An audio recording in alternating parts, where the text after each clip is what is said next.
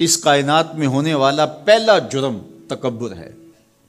جب ابلیس کو آدم علیہ السلام کے سامنے سجدہ کرنے کا حکم دیا گیا تو اس نے کہا کہ میں تو سجدہ نہیں کروں گا، ابا واستکبر وکان من الکافرین، اس نے انکار کیا بوجہ تکبر، اور تکبر رائی کے دانے کے برابر بھی اللہ کو پسند نہیں ہے۔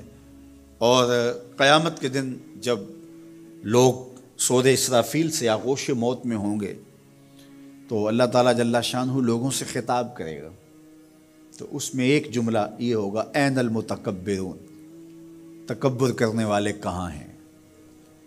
تو لوگ آغوش موت میں ہوں گے تو کوئی سر نہیں اٹھائے گا۔ اللہ فرمائے گا این الملوک، بادشاہ کہاں ہیں؟ کیونکہ زیادہ تکبر بادشاہوں میں، حکمرانوں میں ہوتا ہے۔ تو اللہ تعالیٰ فرمائے گا انا المتکبر، میں متکبر ہوں، یہ میری شان، انا المالک، میں بادشاہ ہوں۔ تو بادشاہی اسی کو زیبا ہے، تکبر اسی کو زیبا ہے۔ تو نصیحت کرتے ہوئے فرمایا وَلَا تُصَعِّرْ خَدَّكَ لِلنَّاسِ، لوگوں کے سامنے اپنی گردن کو، اپنے چہرے کو، اپنے رخسار کو ٹیڑھا نہ کرنا۔ ابن منظور افریقی نے لسان العرب میں لکھا ہے کہ یہ سعر سے نکلا ہے، اور یہ اونٹ کی ایک بیماری ہے۔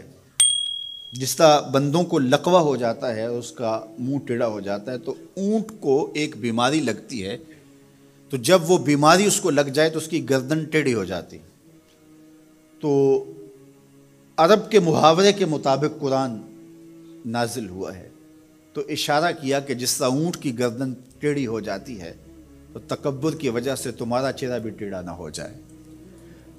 یہ تمہارا چہرہ اچھا نہیں لگتا، اس پہ خشونت، اس کے اوپر غصہ، اس چہرے کے اوپر جو ہے وہ وحشت اچھی نہیں لگتی، اس چہرے کے اوپر تبسم اور مسکراہٹ اچھا لگتا ہے۔ یہ چہرہ ہنستا ہوا گلاب جیسا ہی اچھا لگتا ہے۔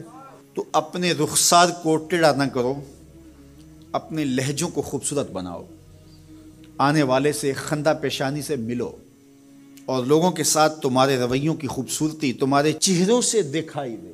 علامہ آلوسی کہتے ہیں کہ بعض کا بندہ کسی کے سامنے بچھ ہی جاتا ہے، عجز، عاجزی، انکساری، یہ انسانی وصف ہونے چاہیے، لیکن کسی کے لیے اس طرح انسان بس جھکتا ہی جائے کہ اس کی عزت نفس بھی باقی نہ رہے اور وہ احساس کمتری میں مبتلا ہو جائے، تو یہ بھی انسان کے لائق نہیں ہے۔ تو رخسار کو ٹیڑھا کرنے کا جو ہے وہ مفہوم یہ ہے کہ آپ عجز اختیار کریں، لیکن اس عجز کا یہ مفہوم نہ ہو کہ آپ کی عزت نفس مجروح ہو جائے۔